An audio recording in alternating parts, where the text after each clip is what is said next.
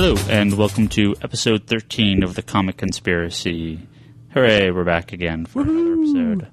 My name's Ryan Higgins. I'm joined by... Brock Sager. Joined with... Not like That's in a, disgusting. Not like in a twin way. Like, it's disgusting. But, yeah. Hi, Ryan. Hello. Brock, we didn't get a chance to talk last week. No, we didn't. I apologize for that. It's both our faults. Yeah. I was on a last-minute business trip. Brock had a parental day. It was Father's Day, but we decided to make it New Parent Day since Callie missed Mother's Day by like 3 days. All right, so we decided that due to a bunch of other scheduling conflicts, we could not record last week, so we are going to give you an all-new, all-different, giant-size, mostly the same podcast this week. So it's basically like any issue of giant-size X-Men. I mean, it's just X-Men giant-size. It's lucky number 13. We're going to be doing some listener mail. We're going to be talking some Green Lantern movie. And that's probably it. But since last week's episode was going to be all Green Lantern, this week's episode was going to be all listener mail to catch up on a bunch, I think we're going to have an extra long episode this week. So be prepared for that. Or we could just stop after like 40 minutes because who knows. We'll see how it goes. All right, Brock, what do we got? Wait, I think I got an email to read here. Yeah, you have an email. I'm starting. First. You're starting. All right, so we're catching up with some episodes or some emails here from weeks past. This is actually a fairly recent episode from Jay. He says, "I haven't been keeping up with comics for at least a decade." Sounds about right. Since DC announced their huge line of reboots, I got excited about them and started reading some stuff. If you remember, DC is rebooting all their titles in the month of September. I think everybody remembers. We had this damn solicitation episode. Everyone remembers. Good to remind people. I'm currently making my way through Blackest Night. It's effing fantastic. Yes, plan to go through Brightest Day and catch up with Flashpoint afterwards. That's a good choice. But I was always a Marvel dude back in the day. I've been scouring the web of what's going on with Marvel, and I can't find a single thing that's going on in the Marvel universe that seems even remotely decent. Is there anything worth catching up with, or picking up? Nah, I can do it. I can talk. Anything coming up in the future that seems like it may be good? Since we talked a lot of DC the last handful of episodes, figured to start with a Marvel thing here. Yeah, I mean, as we said in previous episodes, there is some good stuff with Marvel. Me and Brock fall a little bit more on the DC side these days, but there's some cool stuff with Marvel. I'm going to continuously pimp Ed Brubaker's Captain America books. Yeah, Are you still reading that? I'm still reading. I'm just 2 issues behind. Yeah, I'm a handful of issues behind, but Cap's coming back. They are going to be relaunching Captain America this week, next week. It's really soon. Jeez. It's really soon with the new number 1 since, spoiler alert, Bucky died in the last episode of Fear Itself. Why do you keep issue of Fear Itself. Why do you keep saying episode for issue? Yeah, I don't know. It's all the same. Jesus Christ. So Captain America, Steve Rogers, is going to be back. Hey, just in time for a movie. Hey, just in time at number 1, and we just relaunched it at 600. That's a little... Right. I hate that shit. Yeah, so Cap's been running around not as Captain America. He's basically been the new Nick Fury. He's just the head of S.H.I.E.L.D. Yeah. And now Bucky, his old partner, has been running around as Captain America. But now Bucky's apparently dead or gone, so they're bringing Cap back, the original Captain America back. So that should be cool. Still Ed Brubaker writing that. He's a good writer. Yeah. I'm interested in see where they're going to go with that. I'll still pick it up. I mean, because Brubaker's run on Cap's been amazing. So yeah. I actually, there was another email where someone was asking us about Greg Rucka's Punisher, because that was one of the very first things we talked about when we started this, that Mark Waid was going to be doing a Daredevil book. Greg Rucka was going to be doing a Punisher title. I don't have the email in front of me here, but someone had asked about that. I'm really looking forward to that. I believe that's August that his Punisher starts. Rucka's. I believe, yeah, Rucka's run on Punisher. I believe Mark Waid's Daredevil is July, if I'm not mistaken. I don't have the dates in front of me here, but yeah, we have to get through the Black Panther, Man Without Fear. Well, that doesn't count. So those are good. I'm half kind of looking forward to Schism. You've actually been reading them? I mean, I've not been reading the Prelude to Schism stuff because that's just kind of weird flashbacky stuff. But the X-Men titles have actually been decent. I'm not. They haven't been bad. I've been enjoying them. Yeah, I was really surprised a few weeks ago when I read the Giant Size or the X-Men Giant Size number 1, which was they relaunched a new X-Men book a handful of months ago that was like a vampire. It's X-Men. They relaunched X-Men. Right, just... It was the story arc was Curse of the Mutants, which was about vampires. Which not so good. I picked up the first issue, read it, and didn't continue to pick up any issues. Right. But they continued this... this is basically there's a group of gods, basically, these attacking the mutants and in the Marvel Universe, trying to stop them in the Neo, which are these like the people above the mutants. It's the first to last story arc. Is what Giant Size #1 starts, and then it continues in the X-Men. The regular X-Men title. Yeah, not X-Men Legacy. Not Uncanny. Yeah. So that was pretty decent. I enjoyed it. Yeah. I've been picking up the regular X-Men book since. Yeah. So we'll see where it goes. But yeah, X-Men's been fairly good. I've enjoyed most of it. Yeah. So it's just awkward when they're being quarantined because of the vampires and they're being quarantined by a virus. And you don't really know which one is. Yeah, X-Men and Uncanny X-Men seem to have kind of contrary stories going on at the same time. Yeah. So it makes it a little hard. It's like, yeah, but it's continuities, whatever. X-Men's never had the best continuity. It happens. Well, I think this may have actually happened. We didn't talk about this because we didn't record last week. X-Men, they're canceling Uncanny X-Men. I don't think we talked about this.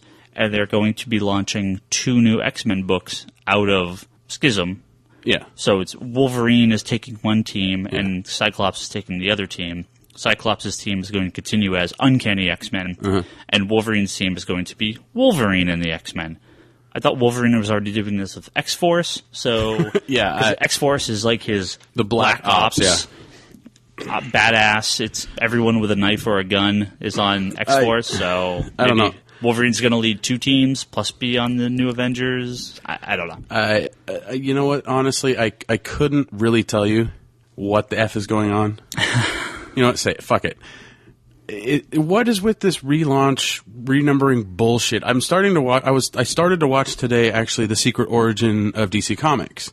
The DVD documentary that came out. It's good stuff. And back in the day, it was when the superheroes faded out in the 1950s? They faded out after the war. For the most part, yeah. It was more westerns and true romance stuff. Schuster, Joe, what was his name? Shit. Where are you going? The guy that was responsible for the Silver Age of Comics. It starts with a J. His last name starts with an S. I am completely and utterly blanking. He redid Flash, redid Green Lantern. Oh, okay. You totally were confusing me there for a second. Yeah, I'm gonna totally edit this part out because I'm gonna look like a total moron. Because your brain fart has made me brain fart. You can leave it in. People like it. Oh, Jesus Christ! No, it's Julie Schwartz. Good Julie Lord. Schwartz. Yeah, didn't even have to look it up. Man, Brock, you decided to hurt my brain by not making me able to think of Julie. Well, Schwartz. like he went in, he revamped something based on the times. Based on people's interest. Sure. And I understand when they go in and do that, but comics had been out for a decade or 20 years, 30 years right. At this point when they did this. But it's like Marvel and DC now do this like, what is it, every 7 years? What is it, open the fucking vault like Disney and reboot everything into number 1? I mean, they're going to reboot their titles. They're going to restart them. I'm less worried about a book if it's been canceled for a long time and they come back and they bring it back with a new number 1. Yeah, like Adventure Comics. That was perfectly and early fine, and then going back. But I don't mind them going back to the numbering. But, I guess I don't know. I'm kind of just done with it. Like, I kind of just don't care. Because they do it so often. And with DC, Marvel is doing it just kind of randomly. We're going to reboot this, reboot this, reboot this. And it's kind of annoying. And then DC's like, fuck it, we're just going to reboot everything. I'm like, okay, well, it's just part of how things are. Yeah, it's variant covers and killing off characters was the thing back in the 90s, although I guess they kill a bunch of characters now. Rebooting books is the thing now, so they don't do gatefold holofoil foil covers anymore. They reboot a book. Yeah, whatever. If the book's good, the book's good. But the thing these guys got to worry about is that every good jumping on point's a good jumping off point as well. So. Well, and the thing is I think the jumping off really hurts them when it comes to like the collectability of it. When it comes to people getting in on a book, that's great. But what about if I want to read the older stuff? Because it's made a lot of gaps in some books where you can't get material in a trade format.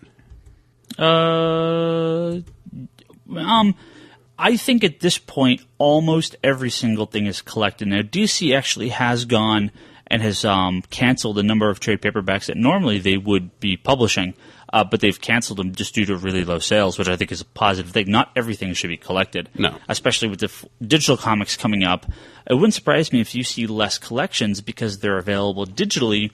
They don't need the extra revenue because, like, seriously, like some of these books, you know, like that Authority Lost Years, which was like, I think they canceled that. I can't remember.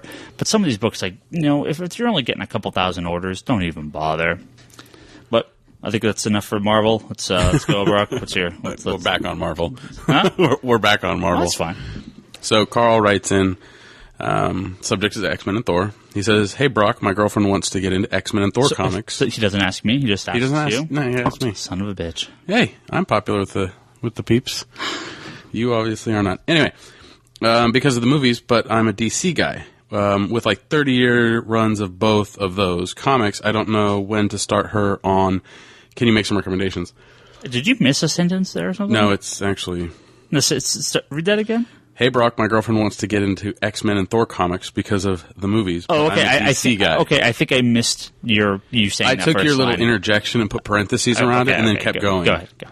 So, Thor, I can't really give you a good jumping on point for Thor except for Straczynski's recent run on it and the Walter Simon stuff. Yeah, I mean, we talked about this a handful of episodes ago when we talked about the Thor movie.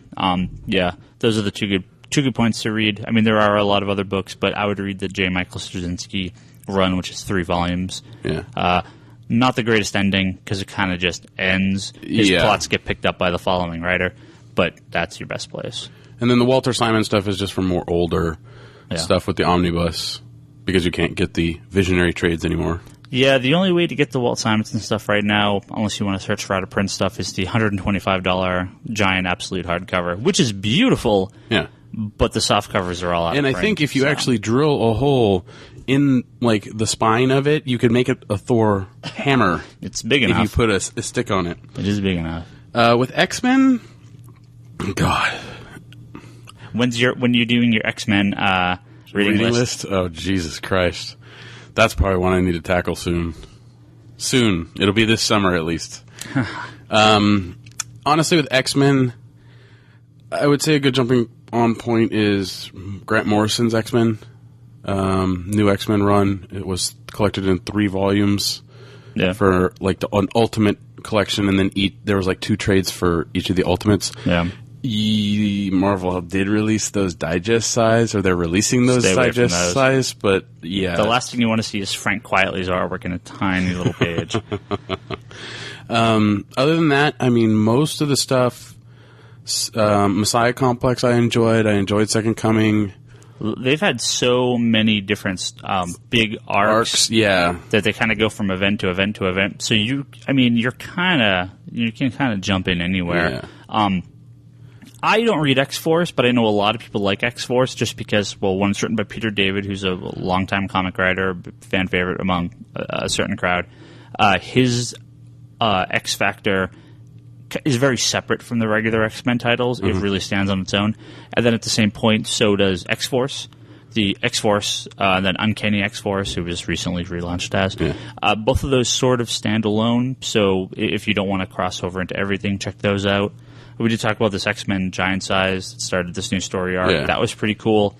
But you could just read all those big crossover books and you're just thrown into the X-Men universe. I love the Grant Morrison stuff. Brock. Oh yeah, it's amazing. That's great. I really enjoyed that. I mean, I also enjoyed like Rise of the. I always fuck up the name. Rise and Fall of the Shi'ar Empire. Shi'ar Empire. That was. I think I mentioned this before, but that was one of my favorites because the X-Men were barely in it. Yeah, it was like DC's space stuff with the X-Men, so that worked for me. Ed Brubaker too. Great stuff. And then, back to your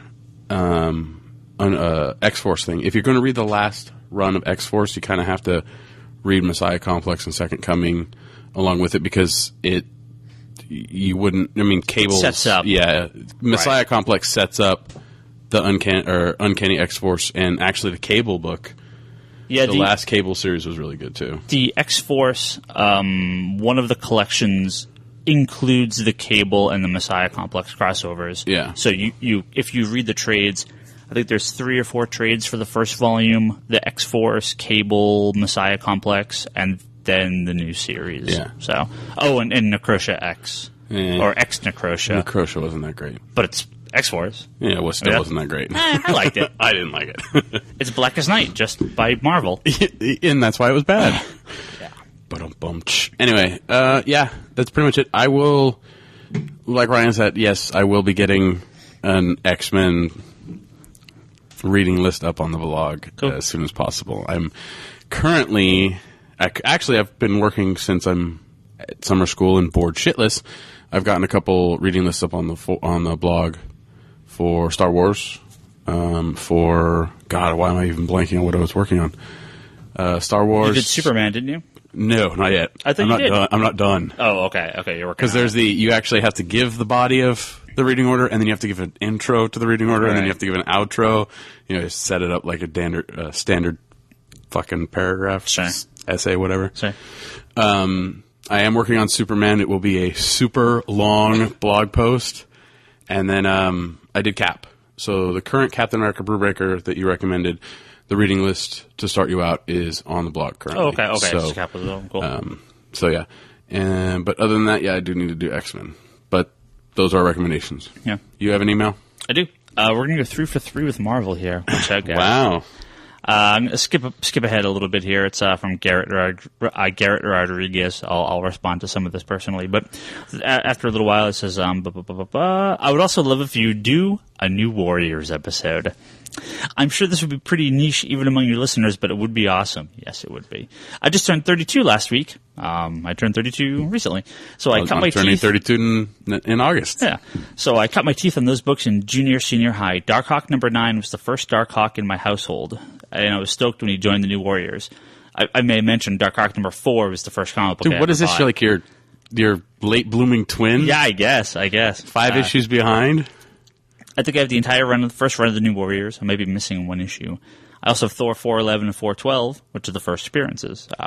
Yeah, great stuff. I'm sure I've told the story. I'm not sure if I told it on here or not. Great story about Thor 411 and 412. I couldn't find these books forever, and I paid like a ton of money for them at a convention. Yeah. Like when they were new, like we're talking like 92, 93, like right after the New Warrior book had started. They were really hot. I went to a booth, and they had 411 for like $1. Yeah. And after I just paid like $20 for it, I'm like, son of a bitch. And as I'm walking outside, it's Massachusetts, it's raining. I totally beef it, and my copy that I paid $20 for goes flying out of my bag and lands in a puddle. And I still have the $1 copy, and that $20 copy just destroyed. I'm like, And now, son of a bitch. Those come through this shop like every other month. I think for a while, back before I owned the store when I was just one of the employees, I took a copy of 411, 412, and put like a $400 price tag up, and I put it on the rack just to see if anyone. It took months before someone caught it, and they were like, "What the hell is this?" Hey, maybe I should start doing that. Do little hidden price treasures around here. Yeah. No, please don't. He continues. I even have some of the old Marvel comic cards of the characters in the bags with the books. Really funny. We actually just had someone bring us a whole crapload of comic cards and sets and boxes. So we had a few sets, but I just threw a ton of them out front. I totally stole all the New Warrior cards out of that because I don't have any of them anymore. So I took the Geoforce from the DC. Good. Maybe we should do that. A New Warriors and an Outsiders episode. Yeah, we could do that. Because they're both technically canceled now. Our favorites. His favorite was Vance Astrovic.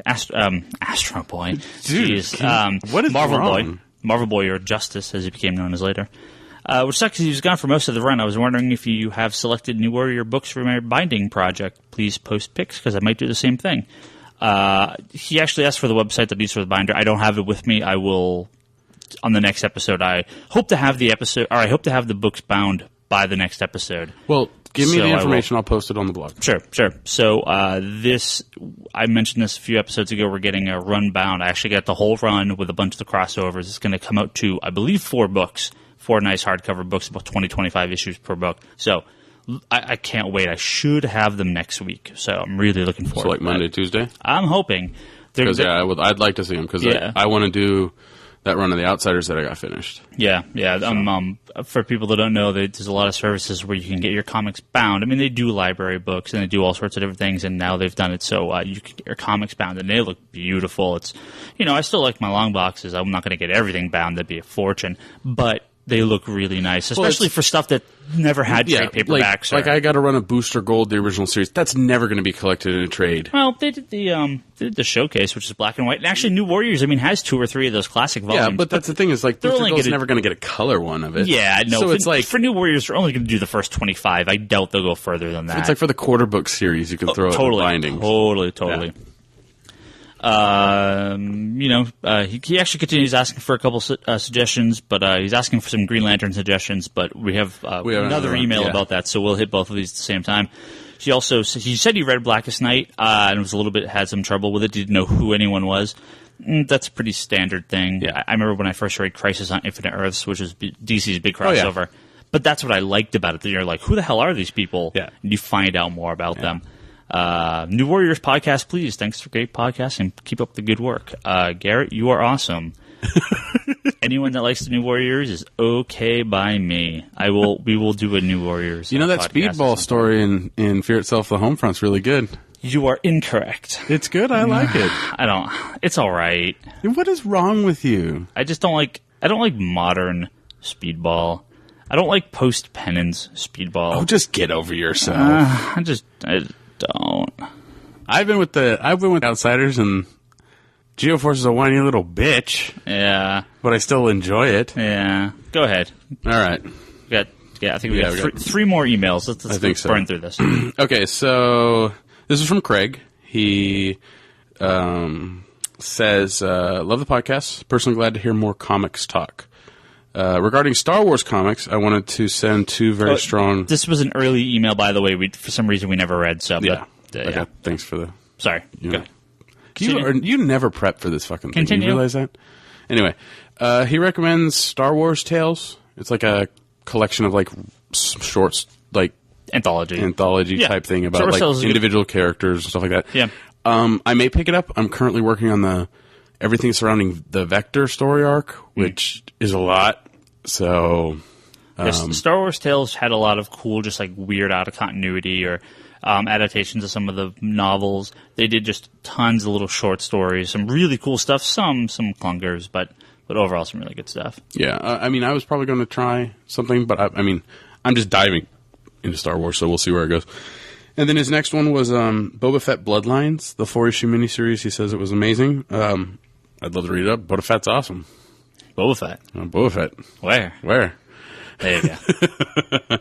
So, Greg, eventually I will get there, unlike Higgins, who... What? I've read all those. You've read all of them? I've read most of the Boba Fett books. Maybe not. No, actually, I read the more recent one. You read the Bloodlines one? Yeah, that's the most recent one, right? Yeah. Mm-hmm. I read that. That hand-painted artwork starring Django and Boba. Yeah, that was good. It was good? Yeah, I like that. Cool. Yeah, it was a new series, and I read all the Star Wars tales. I read from when Dark Horse started publishing. Was it not Dark Times? Dark Empire. Which was the first one they published. I've read all the Star Wars for years and years and years and years. I think I stopped around the time of Rebellion, which would have been 4 or 5 years into the ongoing title. Did you stop at Knights of the Old Republic? I had stopped at that point. Yeah. So I read them for at least a good 5 or 6 years. I read all the Star Wars stuff, really good stuff. I'd like to get back into it, but there's so much. Yeah. That's kind of why I started. Well, I started because I was at Borders and it was cheap, and I was like, why not? Let's just grab something. Sure. It says number 1 on it. Awesome, I can start here. It's a great jumping on point when you see a number 1 on a trade paperback. Hint, hint, hint. Which leads us into our 2 Green Lantern, or my Green Lantern. Oh, I got one more thing, but before that I actually want to say, talk about these ongoing titles. I like it. I didn't like the Star Wars stuff because it was a lot of miniseries, and it really throws me off. They eventually did come out and do an ongoing Star Wars that lasted 80, 90 issues or so. I wish they would go back to that because I don't like all these series and miniseries. It's very confusing. That's when Dark Horse did the the series numbering, so the miniseries numbering, and then underneath it was the actual numbering for the series. Which I'm fine with that. Yeah, I love that kind of numbering on a book because it gives you a good starting point for, oh, this is the first part of this story. Let me jump on here. Yeah, because there's a number 1 right on there. After years of miniseries, IDW finally moved all their Transformers books over to an ongoing. I mean, there are still miniseries, but they have an ongoing book for that, which has been on for about 2 years, which is really fun. And then they're launching an ongoing Star Wars book set in the J.J. Abrams new movie series, which I'm looking forward to that too. Star Wars or Star Trek? I'm sorry, Star Trek. And then they've just relaunched all their G.I. Joes into new ongoing titles. So I like the ongoing books. I don't like the series of miniseries. It's too confusing. It's too hard to sort. You lose continuity. I don't really like it. I got one more here. Let's see. This is from Chris. Hey, this is actually one of our subscribers, Chris. Hello, how's it going? Hey, Chris. He listened to this podcast and then found out our shop after this. So what's going on? And now he's a subscriber? Huh? And now he's a regular customer here at the shop. Okay, so nice. he found this podcast and then was like, I didn't know this story even existed, and now he comes here all the time. This is a good episode because this is a good topic for this episode too, because we just had the Ultimate Spider-Man Death of Issue came out this week. Brock doesn't seem to. He's looking at me like he doesn't care. There wasn't even a splash page. Yeah. Got a topic you and Brock might want to talk about in the next few podcasts. Hey, well, we are now. Since Ultimate Spider-Man is getting the axe soon, I was wondering which superhero deaths you both thought were done really well. The story was good, the timing of the event was good, or the impact of the death was memorable or long-lasting in continuity. Alternatively, which superhero deaths do you feel were just meant to be a story filler or to sell issues? They could have little meaning, substance, or be just plain dumb. Keep up the great work. Thank you, Chris. Thank you. That's in superhero comics. So it's good that we're talking about this since the Death of Ultimate Spider-Man just came out this week, and it's it's a non-issue, but I'm glad they're getting rid of Ultimate Spider-Man. They're going to really do something different with it because I felt the Ultimate books. We've talked before. When Ultimate books were great, and then Ultimatum hit. Right. So the Ultimate line is Marvel's alternative line. It's a new universe of their titles, and things are supposed to be different. But what happened was so many of the books were just like, all the characters are all kind of the same. We're getting someone as Spider-Man that's not Peter Parker. Like, okay, that's cool. Like, that's something actually different. You may lose some audience. You may lose a little bit of audience for it, but I think it's a good idea to really try to do something different. I didn't think Bendis should stay in the book after Ultimatum. He'd been writing the book for so long. I thought this would be a fresh point to get some new creative teams on, but they didn't. Death of Superheroes, I mean, there are the big two, which is the original Supergirl and Barry Allen, who both died in Crisis on Infinite Earths, and those were awesome books. They've both since come back, but that's beside the point. Super effective, long-lasting, really memorable. What else? I mean... Well, the Death of Superman, I think the Death of Superman came at a good time in comic books. Yeah, I mean, it was an event, but I'll tell you, that Death of Superman, it hit me. Yeah, it was, like, I've went back and read... It's good. I read Death of Superman and I read World Without Superman. Yeah. And those were two really great stories that came out of that. Yeah. And the build-up, I mean, the funny thing, the build-up to the Death of Superman is not this grandiose thing. No, it's pretty short. It is this bare, basic thing. It's not. Yeah. It's not this twisted, weird Lex Luthor plot or some weird alien thing. No, it's this is an ultimate killing machine, and you died. Okay, all right. Well, at the end of the day, every death of a character is to sell a comic. Everything they do in comic books is to sell a comic. So I'm not worried about it. They're all events. Everything is an event to its own. You could take a look at the Death of Blue Beetle that was in Countdown to Infinite Crisis. Easily one of the best deaths in superhero comics, and I'm actually to this day glad they never brought Ted Kord back, because he is a fantastic character who never got a lot of respect. They made him a fantastic character in that book. And by the last page, spoilers, but he gets killed. Yeah. And that was the whole point of it, is to set this character up to die, to then get all the rest of the heroes active to respond to the events in that title. That was Infinite Crisis? It's Countdown to Infinite Crisis. Yeah. Oh, okay. Yeah, it was the series, all the miniseries leading up to Infinite Crisis. Oh, okay. But he was in the single issue Countdown to Infinite Crisis one shot. Okay. So, and that's fantastic.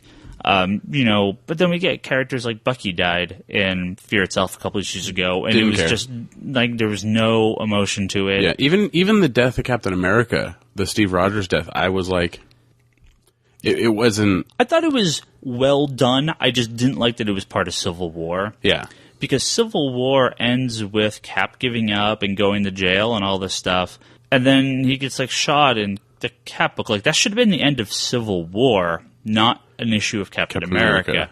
Like you kind of missed that sort of, because that would have given a real kind of gravity to that title when it just kind of ends of like, oh, Captain America gives up. It's like, well, what does that say? Yeah. Like that was I did not like the way Civil War ended at all. I thought Civil War itself was all right, but then the death of Captain America led to good stuff, and it was a well-made book. I just wish they had not had it part of Civil War. I like the. This is a weird offbeat one, but I like the death of Sue Dibney and what's his Elongated name? Man. Elongated Man. That I thought was. I mean, they're minor characters, but it had such a ripple effect across the DC universe. Like Blue Beetle, they made you really feel for these characters. They killed Sue Dibney, who was just a regular human. She was not anything. Had no powers or anything. She was the wife of the Elongated Man. They killed her at the start of Identity Crisis, which led to that entire book and basically the entire superhero community kind of unfolding and turning on themselves to a degree off of what happened, to kind of all the secrets that come out after her death. And then they killed her husband, Elongated Man, a little bit later in 52, which was the follow-up series. And then they came together as ghost detectives, and then DC stopped talking about that, which kind of made me mad. I wanted to see them more as ghost detectives. That was a great idea. Oh, I forgot about that. They did come back, didn't they? They came back in Batman and the Outsiders. That's right. They were in a few issues, and then the story was just dropped, and that kind of made me mad because I like that. That was a cool plot. I think the most peaceful death was the original Dove. Like, he's dead. He hasn't come back. Yeah. And then in Blackest Night, he doesn't come back. Right. Like it was the first time I think in comic books where it was this character's dead. Right. Well, this character stays dead. I mean, the three people were Bucky, what's his face? Bucky, Barry Allen, and Peter Parker's, Uncle Ben. Yeah. Those are the three characters that never came back, and two of the three came back. So Uncle Ben, you're holding it. Yeah. You're the only one left. So don't come back, Uncle Ben. And the original Dove, I forgot his name. Yeah. I know, like, the death of Captain Marvel, that was really big. The original Marvel graphic novel, where he dies of cancer. I mean, that was really well done. Yeah, I mean, there's lots of great deaths in comics. I just, when they're dumb and kind of off-panel or cheap, like, this doesn't matter. Like the death of Batman off-panel. Batman never died. Yeah, I know, but that was the thing. It was the death of Batman's Darkseid clone. Yeah. So, a fantastic book. Just when people are like, oh, what did she do? Did Batman die? I'm like, I never really died. But that's beside the point. All right, thank you, Chris. Yeah. Okay. One more. Well, this one is Green Lantern, so we're going to go back to yours on that Green Lantern issue. He was asking for Green Lantern suggestions, and you're asking the Green Lantern. So let's just do it. So Justin Cox again. I guess he's emailed again, and cool. He said thanks for the recommendations last time. He's faced with the problem of Green Lantern movies coming out soon, and to understand any of it, where should he start? Right. So, well, this is as good as a time as any to end our emails and talk some Green Lantern. Okay. Hold on. That's disgusting. At first, we should talk the comics, and then segue into the movie, and then go back and forth when needed. So, Green Lantern, character created. The original characters created back in the 30s, along with Superman and Batman. Late 30s, early 40s, along with Superman, Batman, all these other DC characters. They relaunched it in, I believe it was 58. Is that right? Yeah, it was late 50s. As Hal Jordan, test pilot, gets a green ring, it's a magical power ring. You fly around, do a bunch of crap, make boxing gloves, and do all this stuff. Teamed up with Green Arrow, part of the Justice League. character, kind of slipped away for a few years. Was never a real popular character, especially when they got into the 80s and 90s. Hal Jordan just sort of, he was just wasn't a big book, wasn't a big seller. They ended up turning him into Parallax. They blew up during the Death of Superman arc. They blew up Coast City, which is where Green Lantern was from. Which is funny. It's the Death of Coast City isn't even in a Green Lantern book. It's in Superman 80. Right, because he comes... Or is it 82? Yeah, something like that, because he comes back Yeah. just as it's getting blown up. Yeah. And that he went bad at that point because the Guardians, which is the people that give him the ring, all his fellow Green Lanterns, they won't help him with the destruction of his city, so he turns bad, he kills them all, he blows up the planet, he becomes Parallax, this real bad villain. And Kyle Rayner, who's just this guy walking out of a bar, is he just randomly happens across the last dying Guardian that says, "Here, take this ring, just take it and go do something with it, because we're dead. You're the last Green Lantern." Hal Jordan flies around as Parallax for a number of years and then eventually dies during Final Night, which was one of DC's big crossovers a handful of years later. And then Jeff Johns, handful, what is it, 04, 05, 04? Yeah, I think it's 04. Says, we want to bring back Hal Jordan. He was also the Spectre. Yeah, he for turns a while. into the Spectre after he Day of Vengeance. After he dies. Right. When they take the Parallax entity out of him, it kills. Well, no. No? Because the whole Parallax entity thing didn't exist at this point. He was just a guy he just changed his name to Parallax. He was just calling himself Parallax. After he dies, they need to bond the Spectre to a human host. And so they just happen to find their way to Purgatory, and Hal Jordan's there, and they bond the Spectre with Hal Jordan because the other heroes know, hey, Hal's a good guy. We can, the Spectre will become more kind of human. So you have all this crazy continuity with the Green Lantern, to being a bad guy, turning into the Spectre, and just so far off the mark from what this character and what the whole series was. I like Kyle Rayner. Kyle Rayner's a great character. Grant Morrison did great stuff with him in JLA. So in 04, Jeff Johns says, hey, look, we want to bring Green Lantern back. Green Lantern Corps back. We want to bring Oa back. We want to bring all this stuff back, and here we go. Yeah. And that's where our stuff is going to start off. If you want to start reading Green Lantern, I'd say there's 3 good starting points. Okay. I have 2. Well, first one's going to be Green Lantern Rebirth, which was the very crazy, in continuity, lots of references to all the stuff we just talked about, of him coming back, him resurrecting Green Lantern Corps, him bringing back Oa, but it's so knee deep in continuity. I read it and was confused as shit. There's a lot of stuff happening in this book. The other good book is Jeff Johns' Green Lantern Secret Origins. Yes, I would say that first, which is newbies. Right, it is just a retelling of his origin, trying to bring in the modern storytelling, changing things up, making connections that didn't exist prior. I would say you can jump into the Sinestro War as well, if you just want an awesome action. If you just want to kind of because Secret Origin's a little slow, Rebirth is kind of what the fuck? Yeah. Sinestro War and Blackest Night to the same degree are just kind of big action, big fight sequences, and you can kind of get a handle on these books. But a Secret Origin and Rebirth are kind of your best places to start.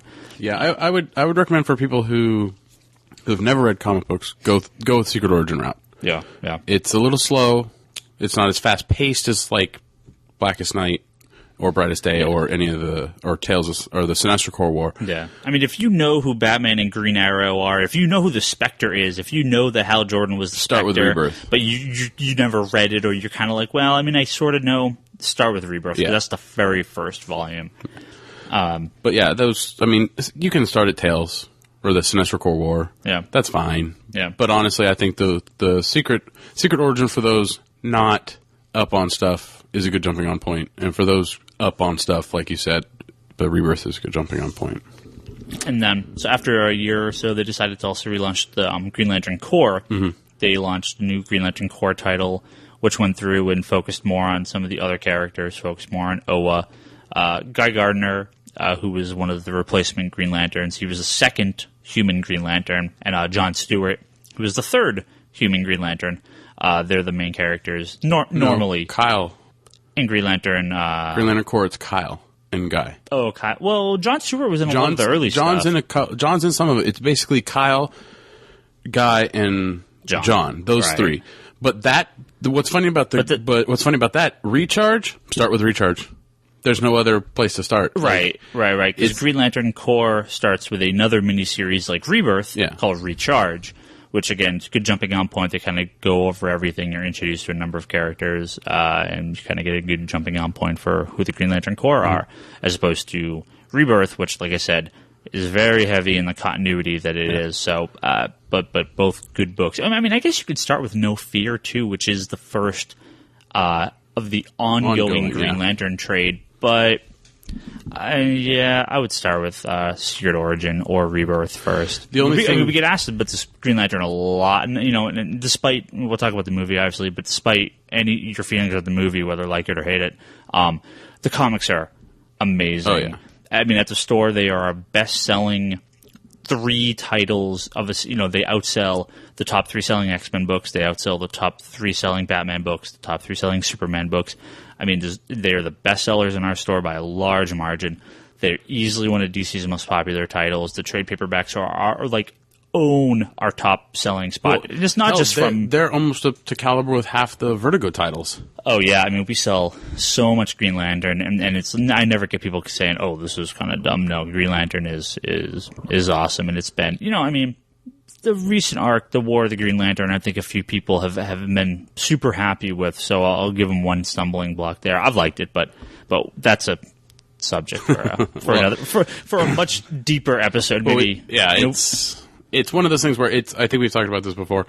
It's writers get stretched thin, and I think when Johns was writing and Tomasi are writing a lot of different books at this time, so the core book that they started with, Green Lantern Corps and Green Lantern, they start to lose a little bit of that punch, that power that they had behind them.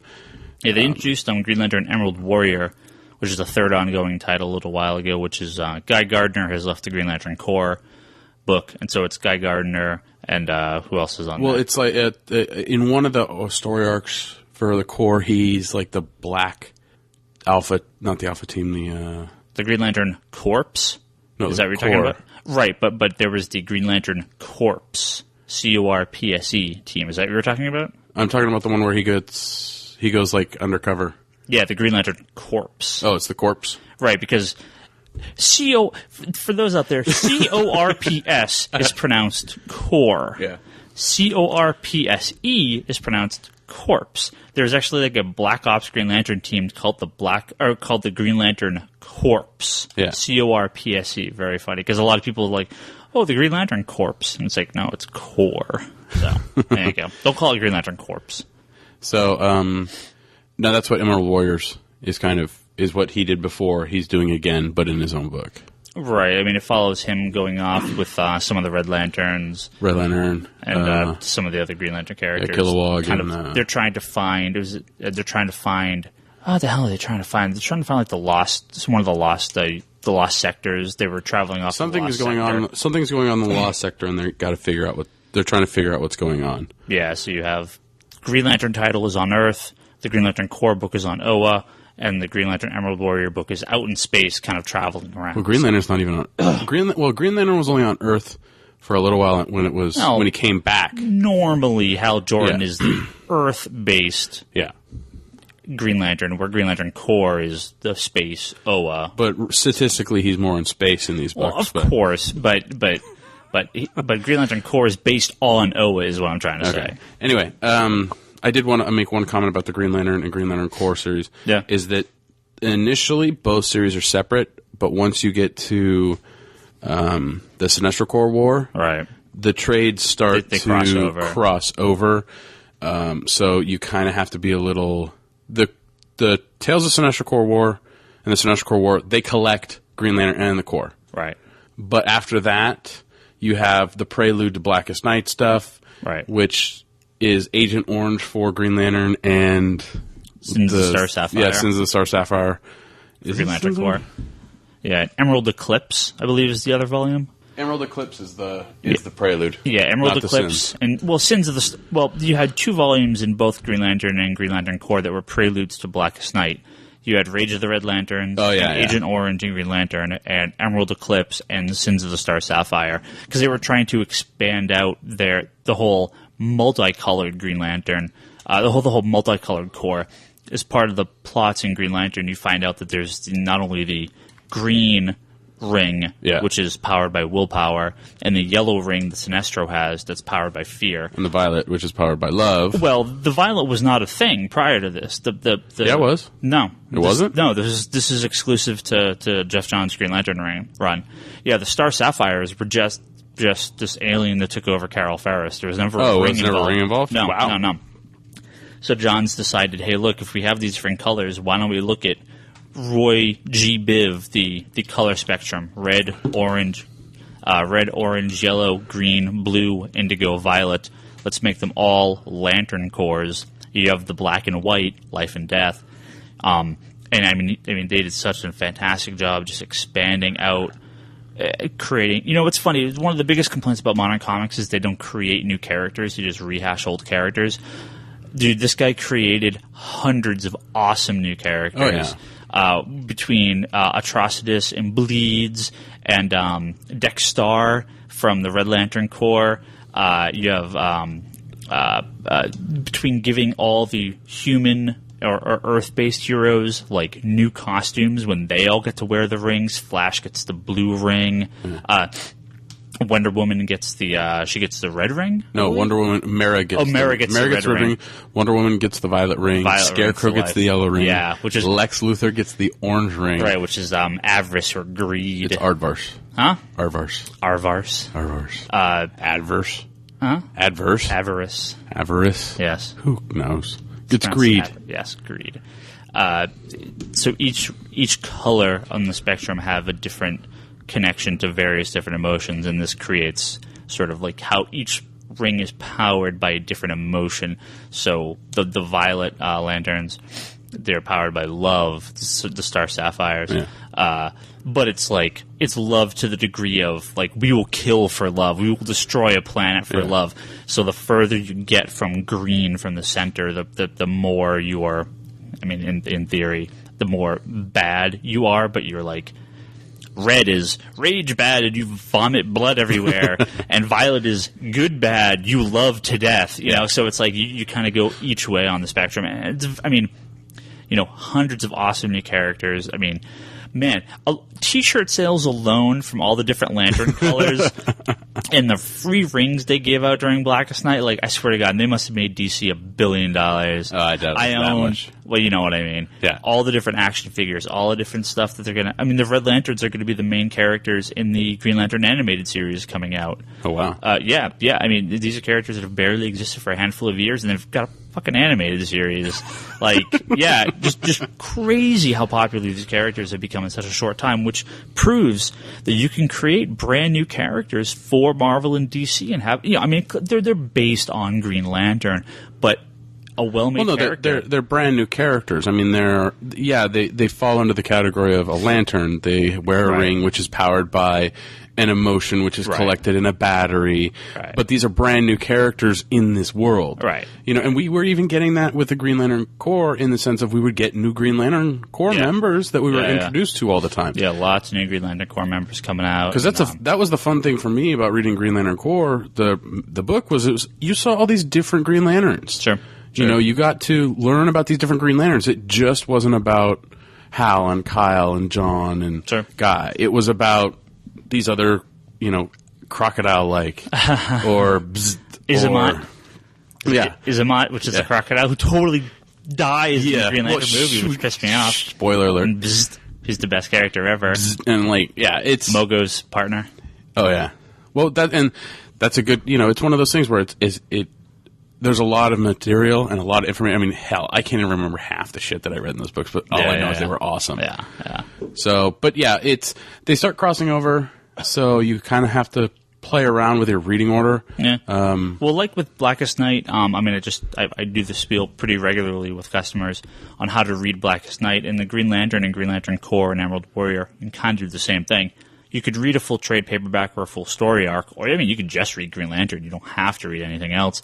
But if you want the kind of the full experience, there are lists online that show you like this is the order in which they were released. Yeah. You can kind of go back and forth.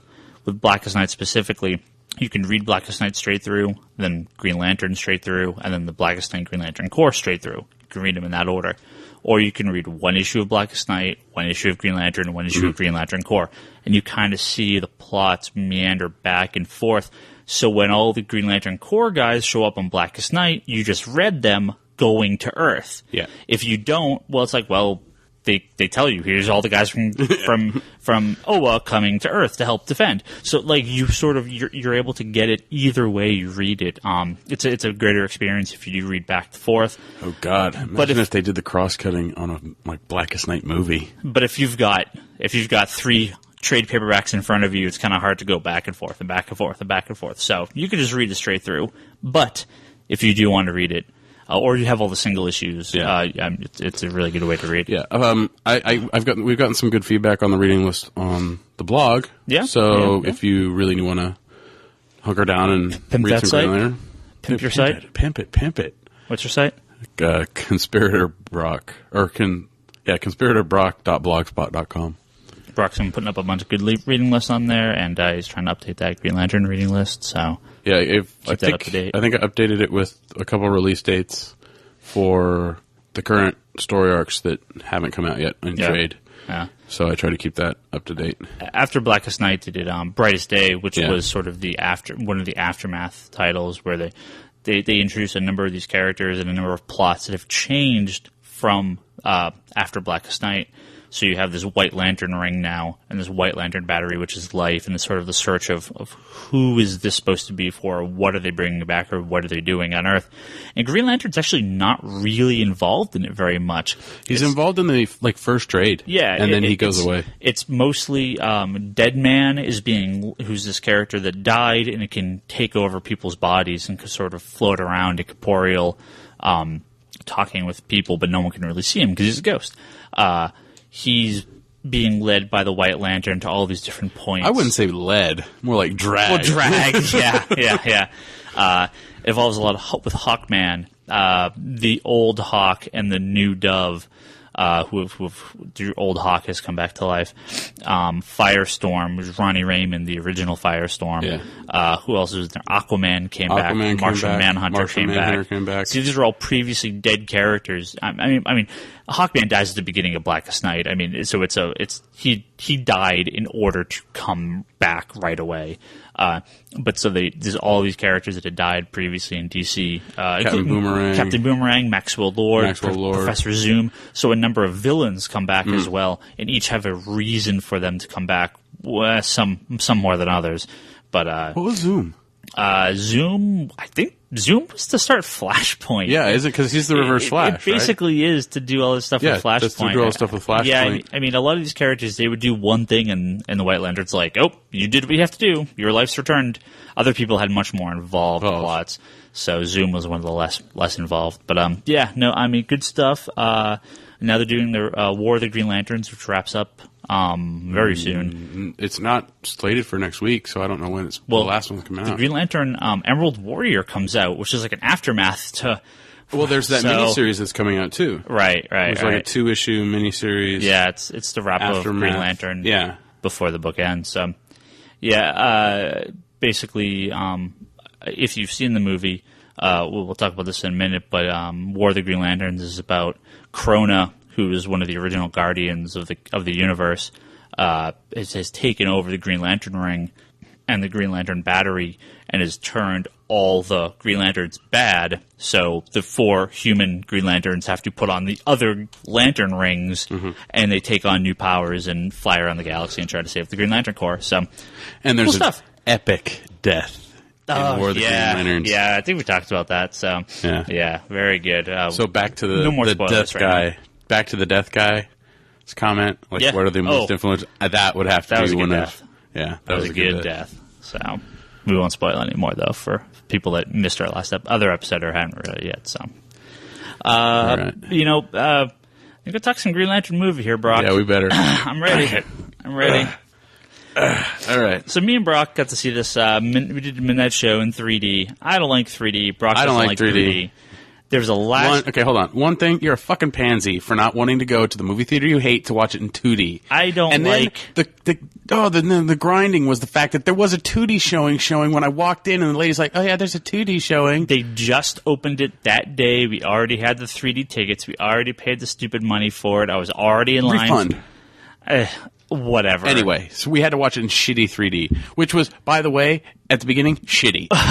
Yeah, our movie screen exploded multiple times before they got the movie, so our midnight show started at like 1 a.m. Just so you know, I am not watching Apollo 18, and I'm not watching Fright Night or whatever the fuck that stupid vampire movie was called. Because I saw the trailer like 400 times. Yeah. Hey, Apollo 18 looks awesome. So whatever. Anyway, it's too Blair Witch for you. No, I'm just tired of it. Just tired of seeing that movie. I'm just tired of seeing that. Yeah, we must have seen the trailer for Friday Night like 4 times. Yeah, 4 times. Oh God, it's so bad. And they're really making Fright Night. That's awesome. Anyway, that's a remake. Yeah, it's an old '80s horror movie. Yeah. So, man, Hollywood's really suffering. Oh yeah. So the 3D in Green Lantern, I actually have to admit, wasn't too bad. I'm not a fan of 3D, but it didn't make me want to gouge my eyes out. I didn't get a headache. Yeah, neither did I. I didn't get a headache. My eyes didn't hurt. Yeah, nothing. It wasn't that bad. It wasn't great. No, it doesn't. Like you said, it doesn't add to the film. I don't think so. But for me, I think it does take away from the film when you're in scenes where it's like two characters standing next to each other talking, and it looks like cardboard cutouts. Yeah, and a video screen's playing this character on this cardboard cutout and this character on this cardboard cutout, and then there's another video projector playing the background. Yeah. So it looks like these freaking cardboard cutouts floating in a void, and you're like, oh God. Yeah, I'm not going to say it was great, but the 3D did not make my eyes bleed in terror. Yeah. So if you like 3D, see it in 3D because it actually looked all right. I didn't hate it. That said, Brock. That said. If you were to rate this on a scale... If I were to rate this on a scale?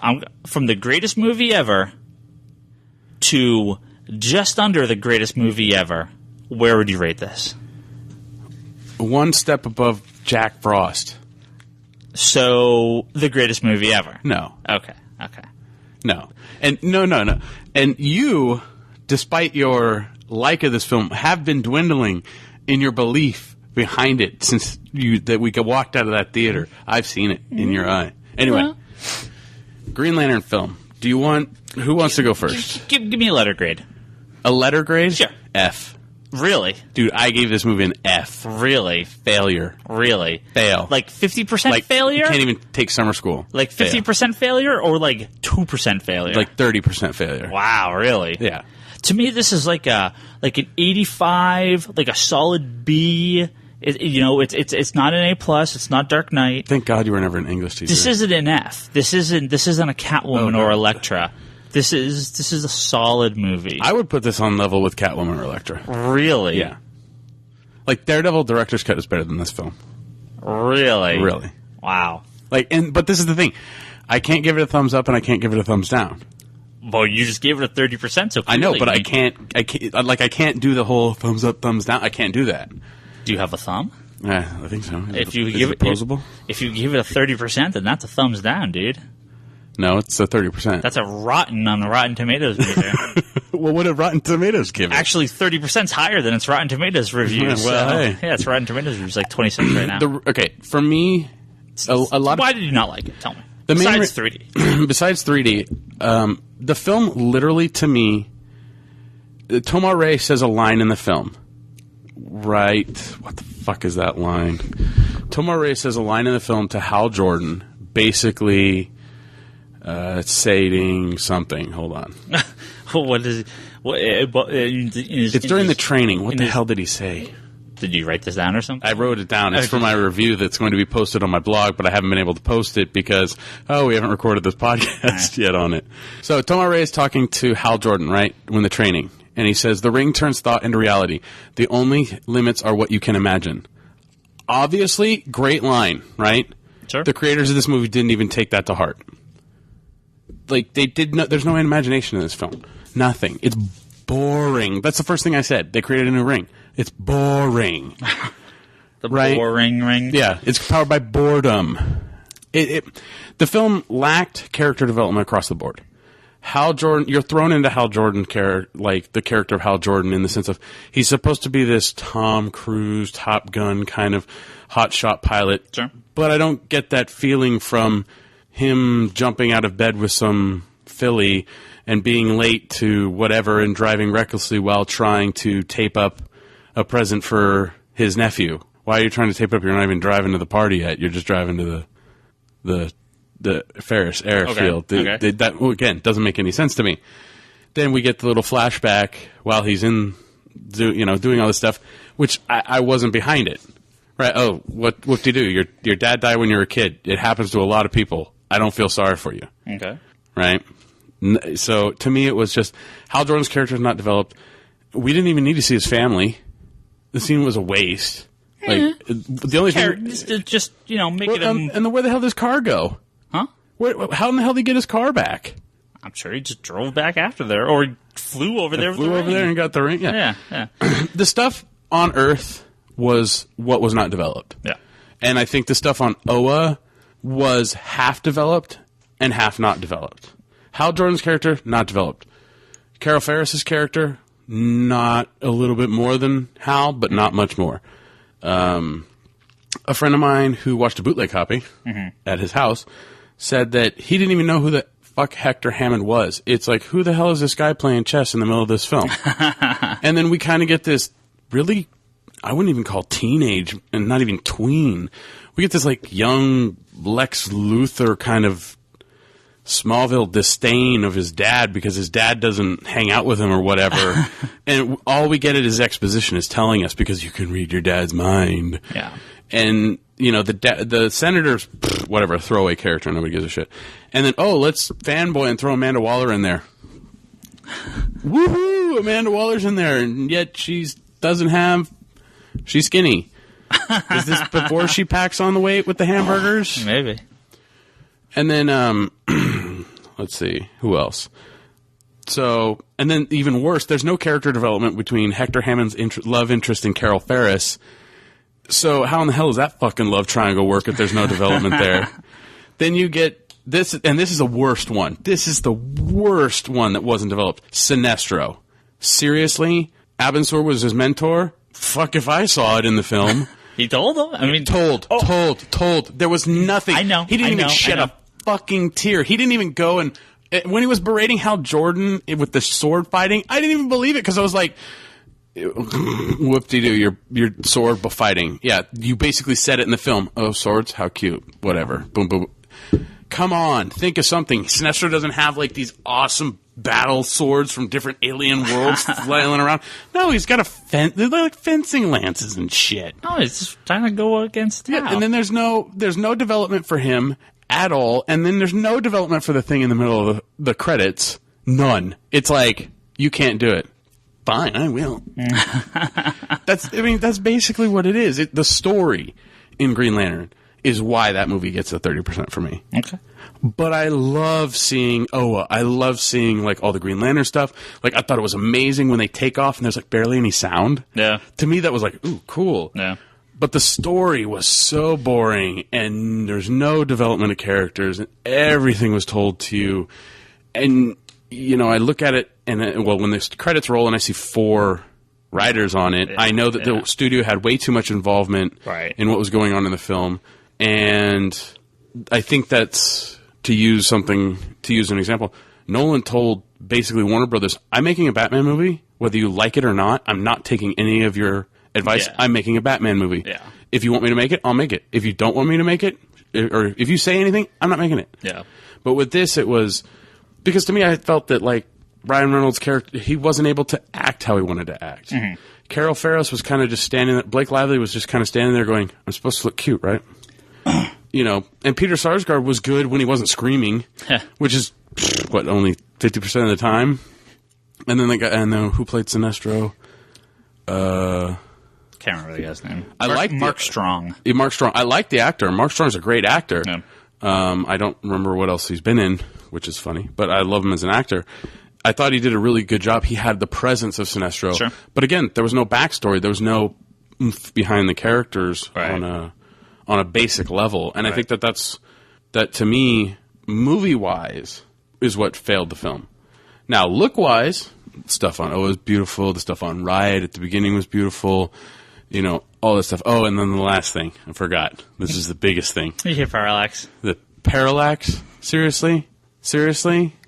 I thought it was cool. Batman had to overcome, in Batman Begins, the Scarecrow and Ra's al Ghul. Yeah. He had to do them in that order. He couldn't do Ra's al Ghul first and then do Scarecrow. He had to overcome Scarecrow and then overcome Ra's al Ghul, right? Okay. He even tries to overcome Ra's al Ghul before and fails. Yeah. Hal Jordan, the Green Lantern, has to overcome Hector Hammond, right? And then Parallax? It's like you gotta... It's like, what? I gotta beat up the school bully and then I gotta go catch a nuclear bomb? It's... Seriously? And then the creme de la creme. It's fine. Parallax, whatever. And then none. Remember,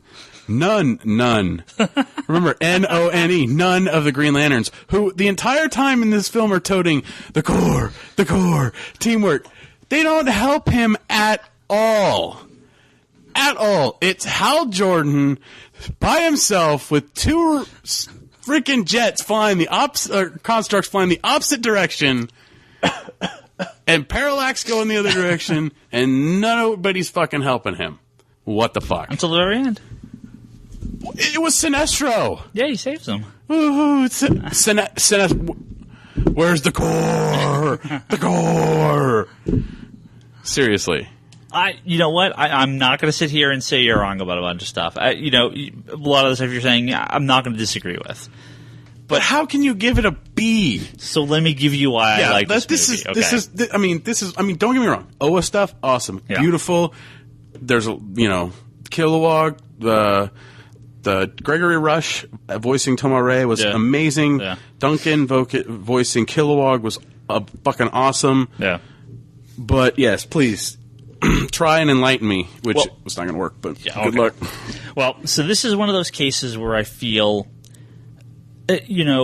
knowing stuff. You got to kind of look at this movie as not just what the movie is. From my perspective, I'm looking at this from the business perspective of the store, from knowing DC Entertainment, from going in, from knowing the comic books. So I'm throwing a bunch of outside stuff at this movie is how I have to look at this movie, because this is something they're really trying to set up here. Now, if I look at the movie just as a movie, like I said, it's not an A+, it's not a Dark Knight, it's not a Batman Begins, it's not an F, it's not a Catwoman, it's not an Elektra. This movie was, Ryan Reynolds is a fun character. He plays I like the way he plays Hal Jordan. Actor is what you meant to say. He's a fun actor. Mm-hmm. He plays a fun character. Hal Jordan is fun. The special effects are amazing. Yeah. The special effects look awesome. It's a big summer movie. I smiled ear to ear when he punches Parallax at the very end. Like, just classic, fun superhero film, right? Yeah. I'm not looking for plot holes. I'm just enjoying the ride. That's what these summer movies are, to me, a ride. Yeah. And it was a ride I enjoyed. Now, I'm not going to tell you there's not problems with this movie, right? You can tell clearly that this was episode 1 as opposed to episode 4. Yeah. Star Wars, the original Star Wars, why it was so good and I think so well received is you're thrown into the middle of this thing. You have these fun characters and you find out all the stuff throughout the course of the film. Mm-hmm. Episode 1, Lucas's biggest problem is he tried to tell you a bunch of stuff and explain a bunch of stuff to you, and you never actually get anywhere with it. I'm not going to say Green Lantern doesn't do that. It does. I like the opening of the movie because it sets it up. I don't mind the explanation on Oa, but I feel like you don't need both, right? Tomare and Sinestro and Kilowog could have told Hal Jordan what they tell you at the beginning of the movie, and you learn along with Hal. You're not told outside of Hal's learning experience. It's not like the information dump he gets. Right, it's a big information dump. It's a big information dump, and it's like... I think this is the funny thing. Thor and Green Lantern both start out the same way. I think Thor and Green Lantern are almost exactly the same movie. Oh, Thor... Well... Plot, like, layout-wise, yes. Because we have, here's your introduction to the world, Right. which both of them have, Right. and then we see the world, Right. and then we go Back to to the Earth. and then we go back, and then we go back, and Right. then we go back. Right. But I think in Thor, they did it correctly. In Green Lantern, they did it horribly. Because that was the thing. I think somebody had said, like, well, what, he's back on Earth, and now he's in Oa. He's back on Earth, he's now in Oa. And I don't think people really understood that he went through a black hole. That's the viewer's fault, not the movie's fault. Well, the thing is you have to remember that your media audience, like, this is the reason my girlfriend doesn't want to watch Star Wars. Because she thinks that when she watches it, she's going to be like a complete and utter idiot and not know what any of this shit Not is. the original ones.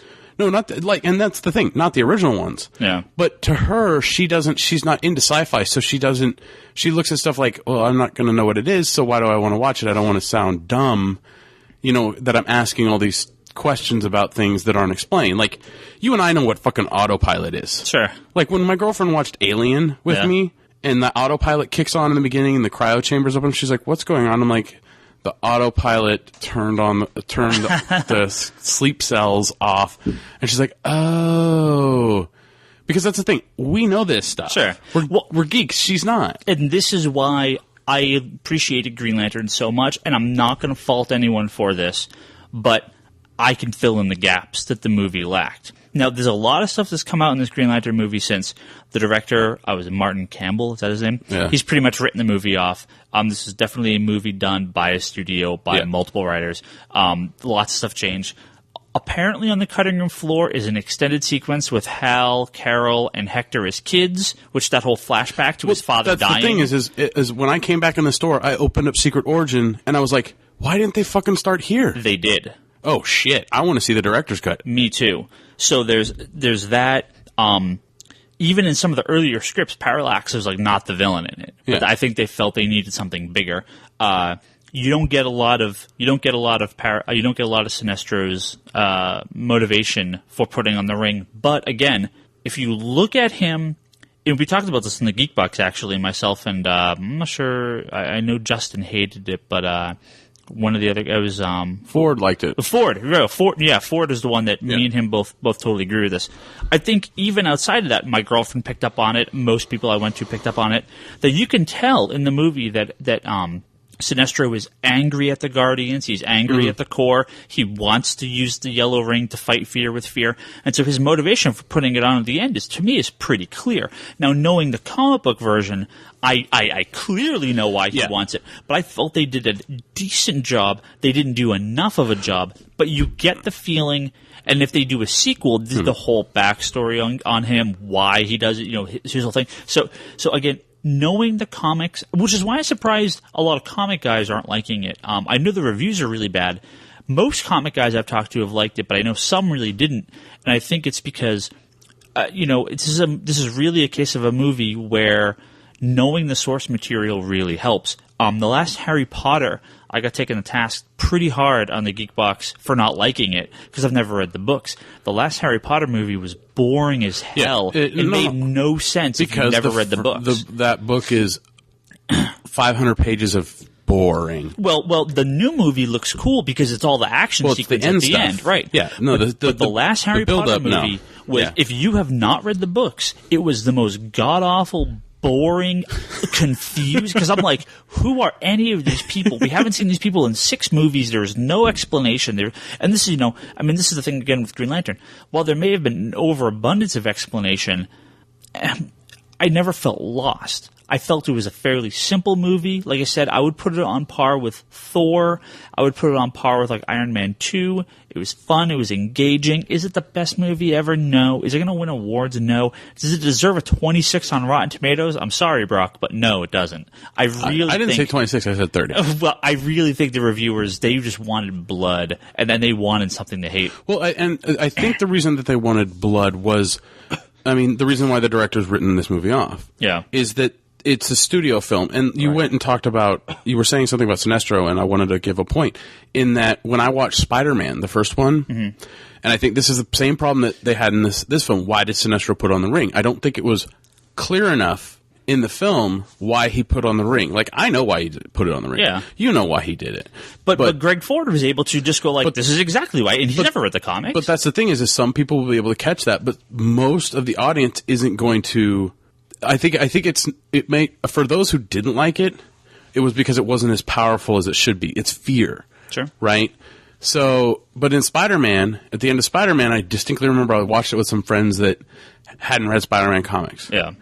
And after the movie was over, somebody turned and was like, why did he walk away from her? And it's because there wasn't enough setup in Spider-Man, right? Enough good setup in Spider-Man. I knew why he walked away, right? But there wasn't a good enough setup. For Mary Jane? For Mary Jane, yeah. At the cemetery at the end. Right. I understood why he walked away. But a lot of people, I think, had difficulty of why he walked away because the character is torn, but it's not explained why he's choosing this over love or this over, and the same thing with Sinestro. We know he wants to use fear as a weapon to beat Parallax. But the thing is that's not the whole thing behind it. That's because the thing is Abin Sur is his mentor. I really didn't get the whole passion behind that like you should have gotten from the film. But again, from what the director passes this off. You can't give a movie a B if the director's saying this. But if the director's like, I'll do a director's cut any day of the week and release another movie or another version of it, I'd gladly watch the other version. Well, and that's why I think, the director writing it off is because the studio took the movie, edited it, changed a bunch of stuff. Like you were talking about, there was a scene you were talking about, and I'm blanking which scene you were mentioning this, but it felt like it probably should have been, the scene where he's wrapping the present, right? That's a scene that probably maybe should have been, like, maybe they put that literally in the wrong spot. Maybe that was a scene where he was going to if it's where house. he's driving to the kid's house, right? In the party, that gives me, he's late all the time. That's fine. But I think if you look at it, and I think for me, it's just a lot of writing in Hollywood overall is horrible for movies because they don't give you. Well, one of the things. Sorry to interrupt you for a second, but I mean, talking about writing, one of the reasons I think I like this movie so much is it wasn't a standard Hollywood film, because if this was done totally by studio, we wouldn't have half the shit we had in this movie. It stayed so close to the comic book. I mean, obviously not every continuity bit was the same, but the feelings, the look of the film. They used characters that were just barely created as some of the cameo roles. I mean, they took so much care to stay so close to the comic book version. And this is actually something that the Daredevil movie gets accused of a lot, that it was trying to be too much like the comic. Yeah. Again, the Green Lantern movie is very comic booky. I'm used to exposition. This is also, I think we mentioned this earlier, the origin story, right? Everyone's seen this origin story 10 times now. With all the different superhero movies, every superhero basically has the same origin at the end of the day. The Green Lantern movie may just be the point where people are like, we've seen this enough. There isn't anything that's really standing out. Space is a hard sell, which is why I'm surprised Thor reviewed as well as it did and Green Lantern didn't. Because the amount of space stuff's about the same in both movies. Yeah, but I think that's the thing is it's the delivery. Like when we were on Earth in Thor, it wasn't boring. I mean, would you think the scenes where him fighting Hector Hammond were boring? Do you think the scenes of him saving Carol from the helicopter was boring? I mean, are those boring to you? No, it's all the setup stuff. It's like all the setup stuff. The very beginning? In the middle of the film. Like, you drop Hector Hammond in the middle of the film, now we have to go and look at this character and see what's going on with this character. And that was one of the biggest things is... I will admit, they really needed that 5-minute scene of the three of them as kids. Yes, they needed... If they had done that in the beginning, and we see that, and then we go into seeing Hal Jordan wake up, or even give us Hal Jordan, a little bit of a journey that Hal Jordan takes to get to where he is, like in Batman Begins, we have that journey, and that we show that. I mean, Christian Bale doesn't even don the cowl and cape until like 45 minutes into the film.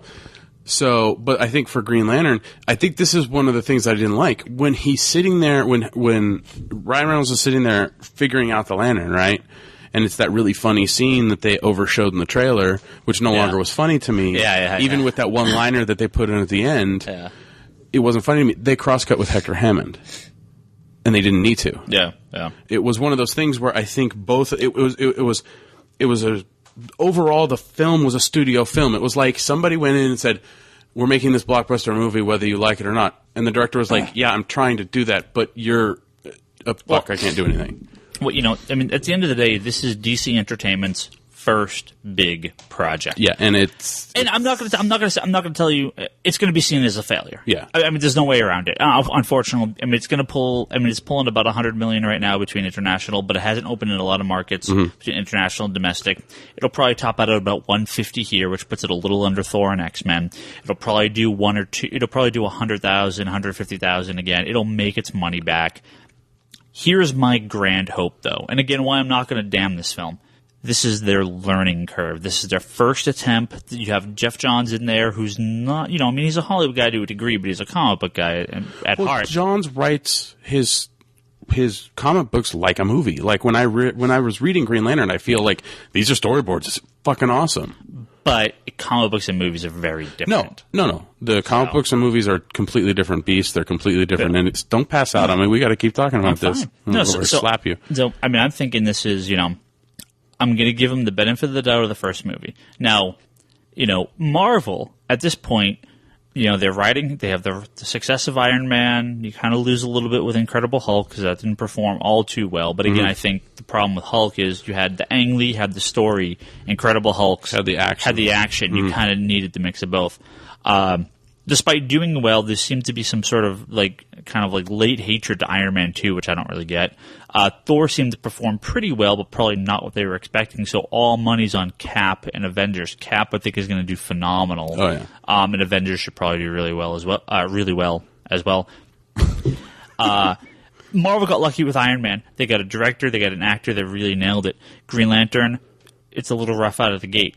Superman, Justice League, Green Lantern 2, this is where, Superman is where DC Entertainment really have to find their place, or there's going to be a lot of trouble. Yeah, because the thing is if they can't nail Superman franchise, then there's only one Nolan film left for Batman. But and here's the thing: Nolan is overseeing Superman. If they can get Nolan and David Goyer, who's the writer, to come in and oversee Superman and clean it up, and then do Green Lantern 2, the Green Lantern Corps, the rise and fall of Sinestro, right?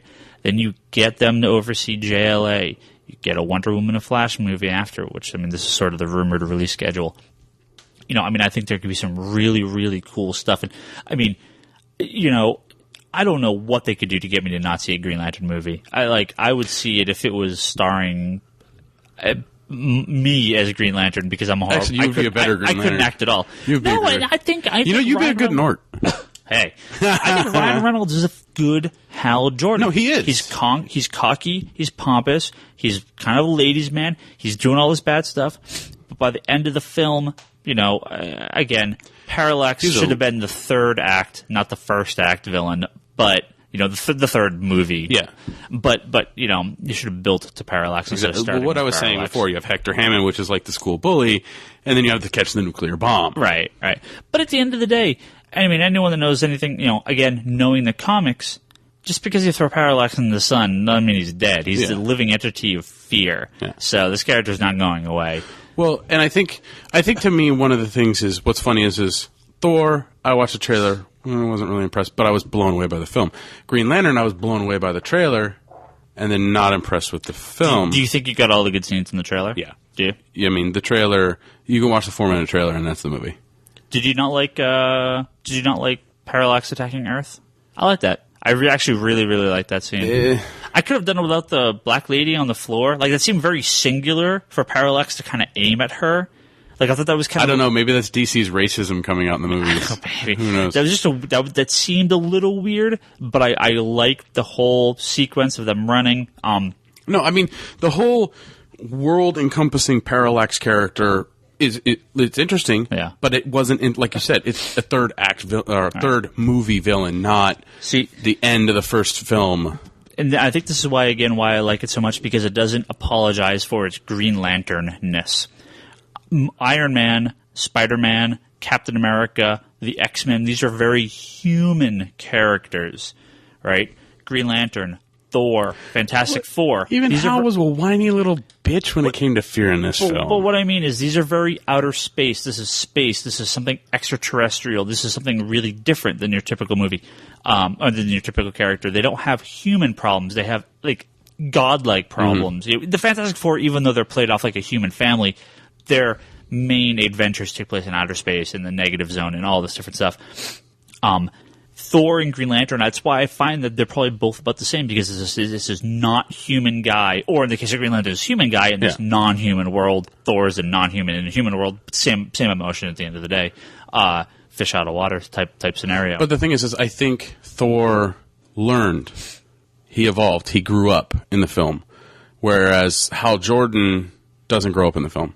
He's the same Hal Jordan he was at the beginning of the film as he is at the end of the film. It's just, do I want to wear this ring and be a space cop? You know, well, again, you know, in here, this is what you're gonna hate it, but they tell you he grows up. Yeah. Okay. Tom Ray's little line at the end. Yeah, I know. Yeah. Yeah. In movies, you're supposed to show, not tell. I know. I'm not going to tell. Like I said, I'm not going to tell you the movies are great. Honestly, this movie reeked a lot of First Flight. And I liked First Flight. The animated movie? Yeah. I like First Flight a lot. I like First Flight a lot. But the thing is it's a kid's movie. You have to give us exposition in a kid's film because they're kids. But Green Lantern's a kid's movie, too. Yeah, but that's the thing is I think the problem was like the trailers. Don't look at Green Lantern like Dark Knight. No, I'm not looking at it like Dark Knight. That's what people are doing. I really think everyone's comparing. Like X-Men was compared to Dark Knight, Green Lantern was compared to Dark Knight, and you cannot compare these movies. They're different. They're different entities of films. Yeah.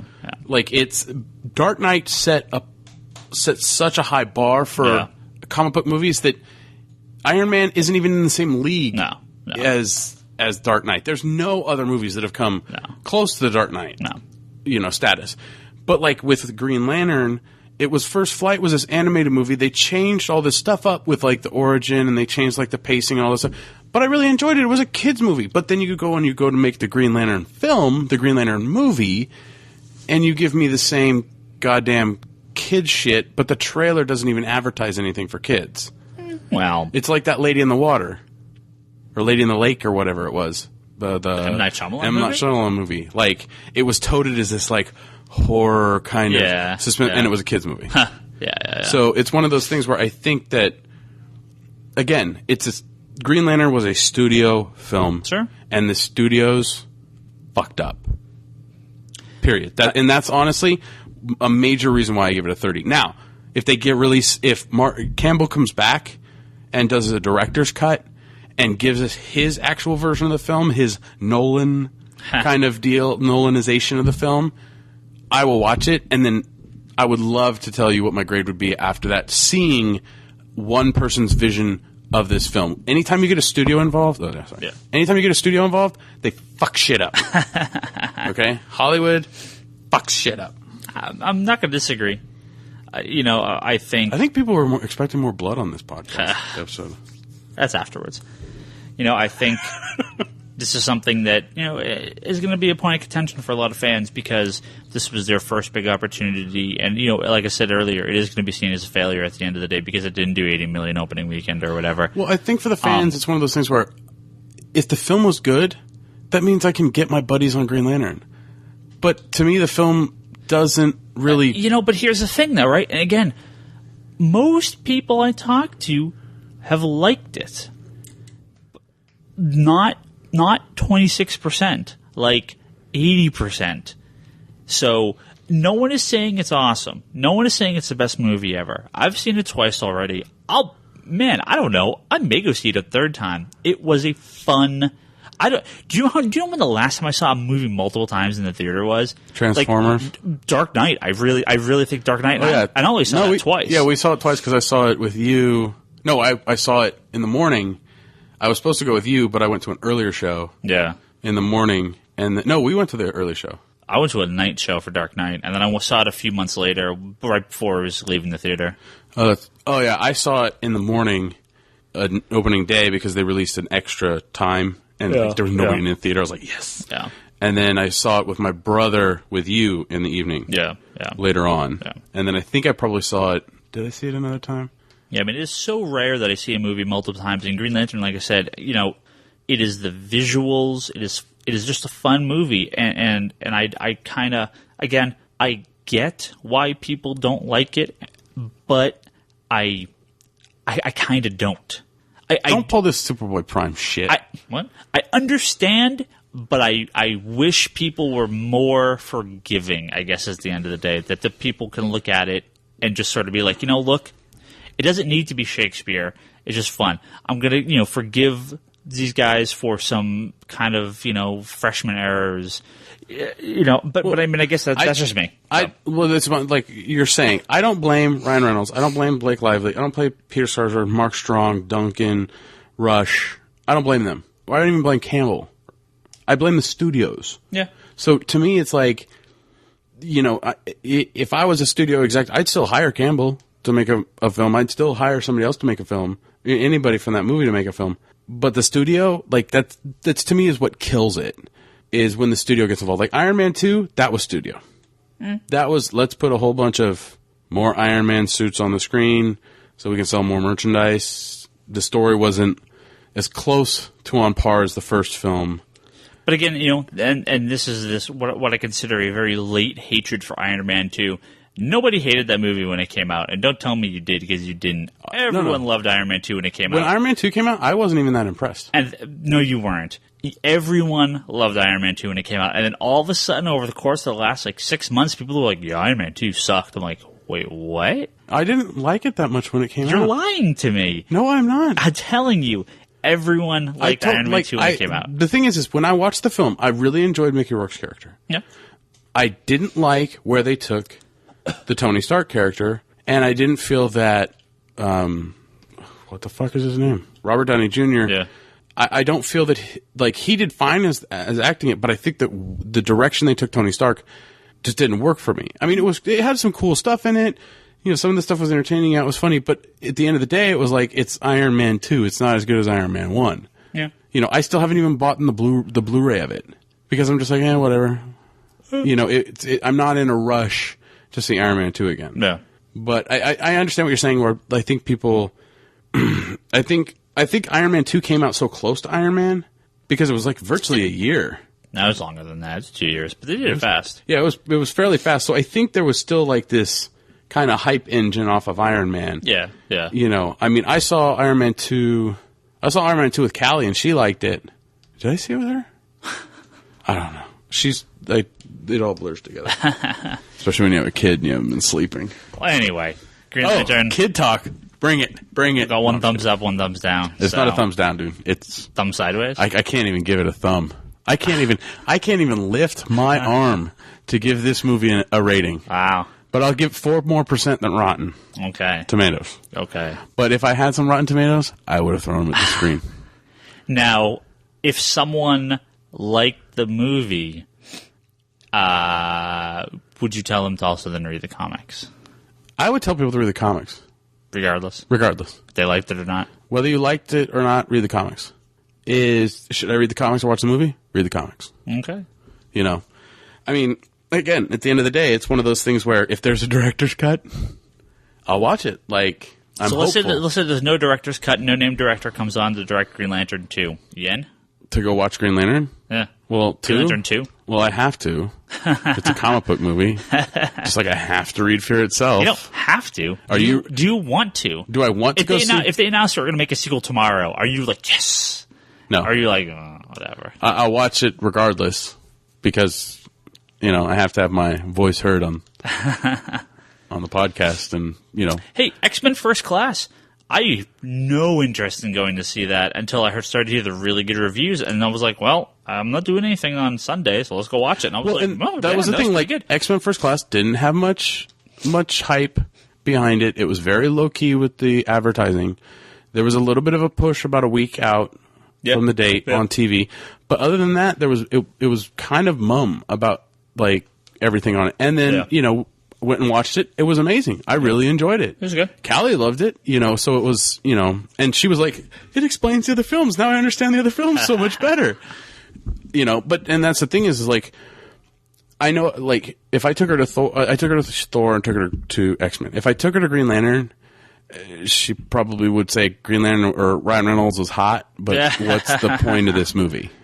See, because I'm surprised, because my girlfriend actually hated Thor. Yeah. And really liked Green Lantern. Well, honestly, really liked. She liked Green Lantern. Yeah. So, you never know. I don't know. I think, this is my thing. If you're going to watch it, go watch a $6 matinee. It's not worth $10, and it's not worth $15. Okay. For 3D. Okay. Or watch a bootleg copy at your house, but make sure you have half of the credits. I don't condone that. I don't condone that either, but I'm just saying. All right. No more Green Lantern talk until you come around to the correct side. Correct way of thinking. Why? So. Why? I don't know. It's on you, man. I don't know. I don't know what your problem is. So. I don't know what your problem is. My problem is I like good movies. So. How in the hell is that a good movie?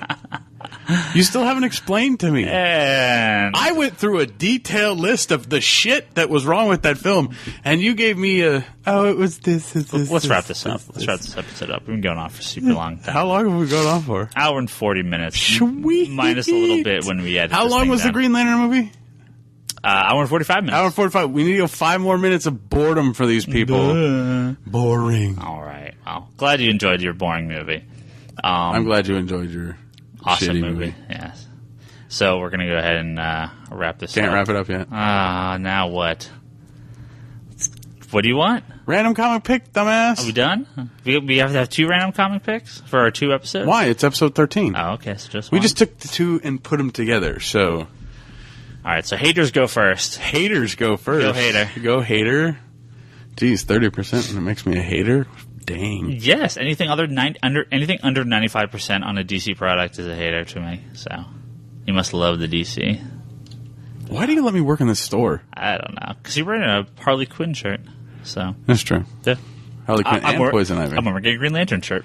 Yeah. Totally unintentional. I haven't worn my Green Lantern hat since the film. Really? That's how pissed off I've been. Really? I mean, I want to put it back on because I like Green Lantern, the comic book, but I don't because the movie's still out in theaters. I think I won't wear it until it's out of the theaters. You are an embarrassment to How am I an fans embarrassment? everywhere. Oh God, what am I gonna recommend? I have no clue what to recommend right now. Okay. Oh, yeah, I'll recommend even though I haven't even read it. I don't see how this works. Because I want to read it. It's by DNA. What's this? Just came out in a hardcover, Legion Lost. Nice. It's a Legion story, but DNA. Dan Abnett, right? And Andy Lanning. Yeah.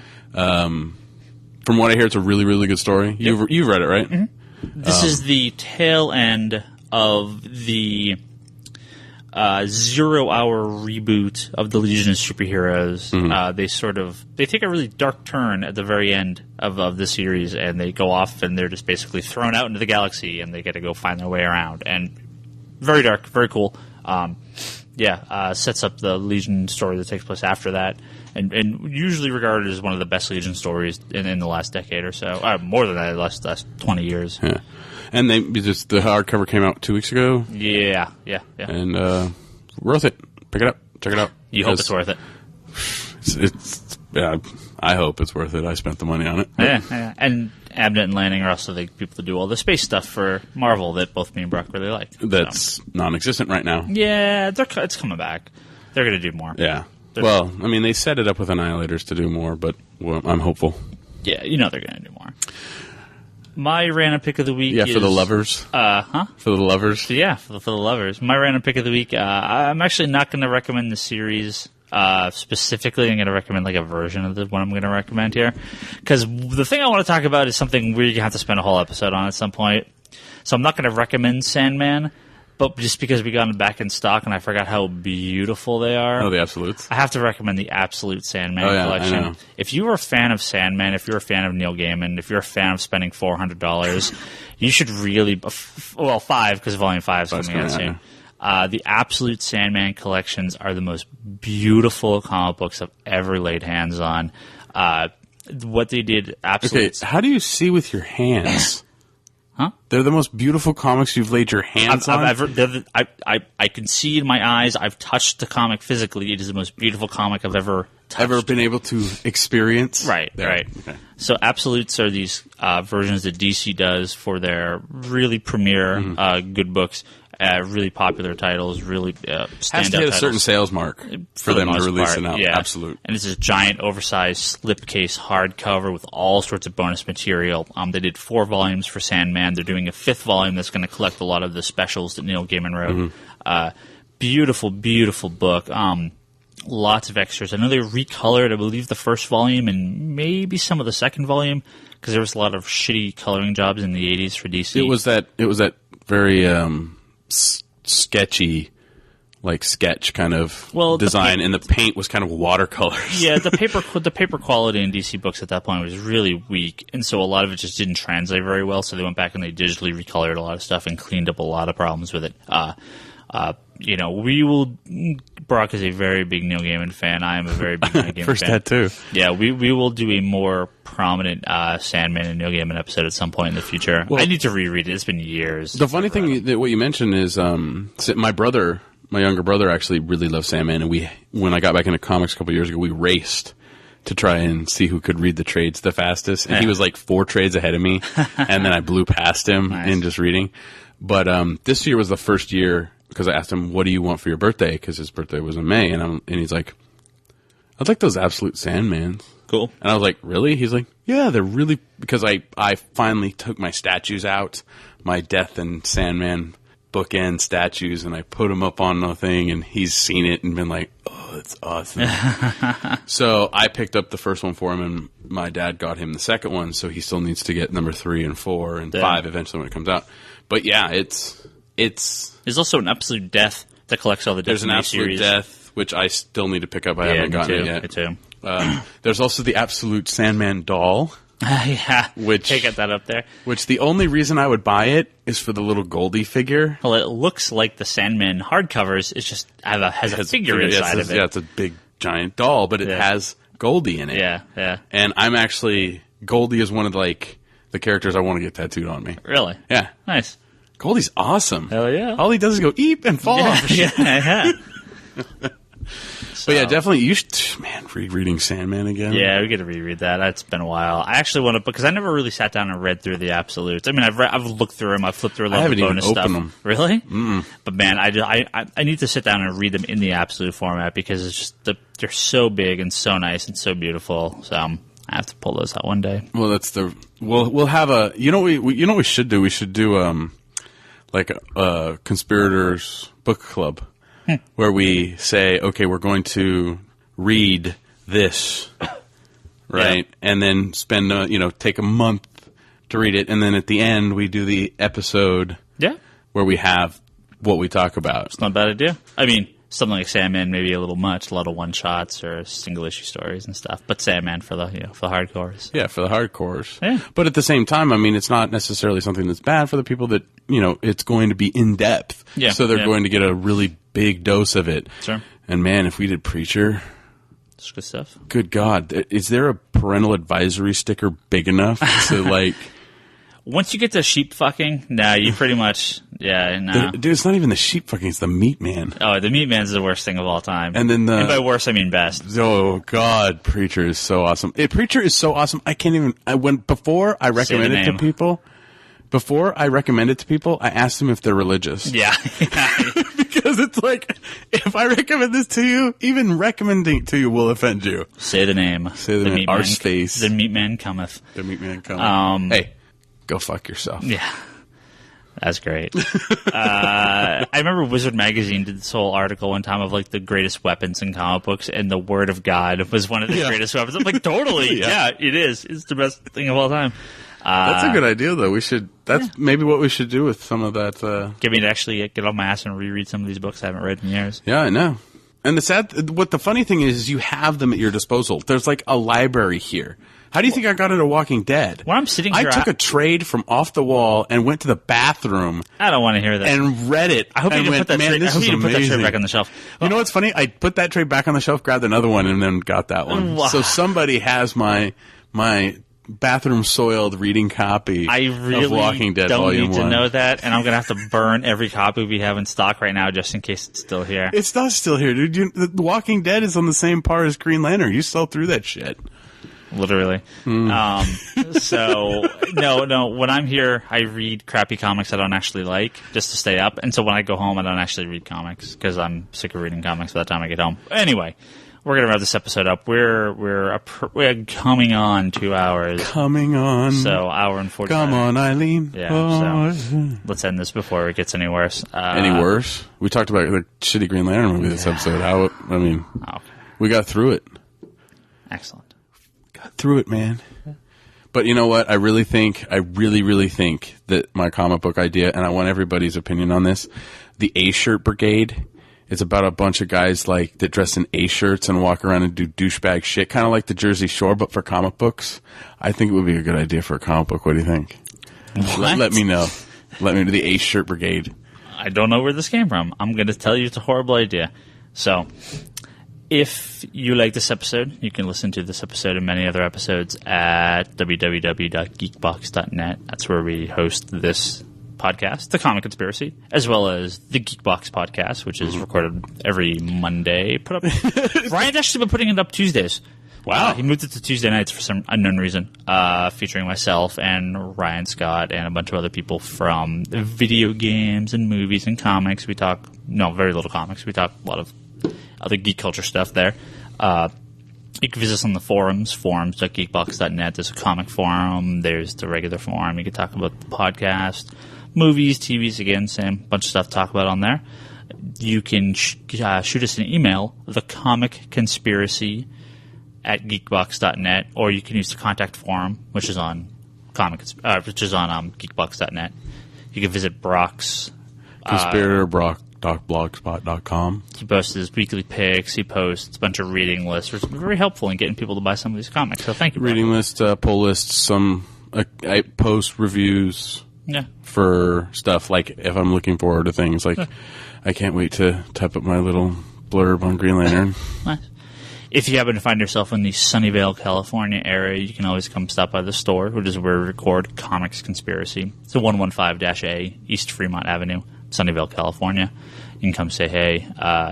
We do 94087, just for those of you who need a zip code. We do sell comics. We can do stuff mail order. We're actually in the process of getting an online store set up through a local distributor and a bunch of stuff. So those people who have been buying comics from us, we thank you. For those that want to purchase more comics from us, we're going to have a couple different ways to do that in the next month or two. So be on the lookout for that. I kind of don't have all the details set up yet. Same with the digital comics. There's going to be a way to purchase digital comics through us. So if you're into the digital comics, if you want to purchase them for your iPad, we can get a small kickback here if you purchase them through us. So again, we'll have all the info for that coming up soon. Yeah, help the small businesses out. Help the small businesses. Help us pay for our pre-podcast pizza. Which we haven't had in keep a me while. from closing the store and living in boxes of long boxes, because if I don't sell comics, I have nothing to do with my life, and I have no other skills other than selling comics. You could be a radio personality. I'm terrible at this. I can't believe people have listened to us for 2 hours. What's funny is I sit here and I'm listening to you list off the, go to geekbox.net, go to forums.geekbox.net, all this stuff. I'm like, dude, watch Leno, man. That guy's got it down for all the stuff he has to go through, the Facebook and the Twitter feeds and all that crap. Oh, yeah, you can find us on Facebook, too. Facebook.com/ is it The Geekbox, or just... Why don't we have a conspirator? Why don't we have a conspirator? Because you can go to Facebook.com/ Comics Conspiracy, which is the stores. Yeah, but that's Comics Conspiracy. This is the Comic Conspiracy. It's all part of the podcast. It's all part of the plan. Follow me on Twitter, Ryan Higgins Ryan. You can follow Brock on Twitter. He doesn't have one. So don't follow Brock on Twitter. Brock, you should get on Twitter. Why? Because Twitter is awesome. Why? Did you watch Burn Notice? No. You watched the season premiere of Burn Notice? No. There's a little hashtag Burn Notice in the bottom corner. My girlfriend's like, is that for Twitter? And I'm like, yeah. She's like, what's wrong with this show? Because Twitter's awesome and everyone How is Twitter awesome? Seriously, Twitter, how is it awesome? It's kind of like a message board. Status update window. It's kind of like a message board that you can control what messages you read. It's actually pretty neat. I didn't like it at first, but and I use it a lot. Yeah, now. you use it a lot to try and win shit off of Jim Lee whenever he's Oh, man, posting I that was so shit. mad. I so wanted to win that Jim Lee artwork. Oh, God damn it. Oh! How did I know this was going to happen on this show? We're already 2 hours in, and you forgot something that was big to talk about. We're going to have to talk about this next week. We can't talk about this next week. Bring it up right now. Talk about it next week. No, bring it up right now. I spent the weekend, or I spent Friday in L.A., in Burbank, at the Warner Brother office, meeting with guys from D.C., along with a number of other retailers. This has been widely reported on Bleeding Cool and Comic Book Resources and Newsround and a bunch of other sites. We'll talk about this next week. And you know why we'll talk about it next week? Because I'm not going to forget. Because the previews comes out. Oh, previews this week.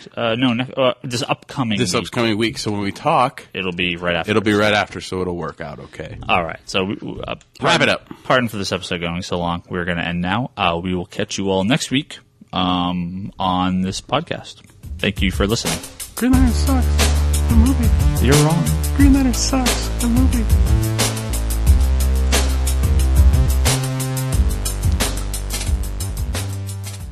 You're wrong.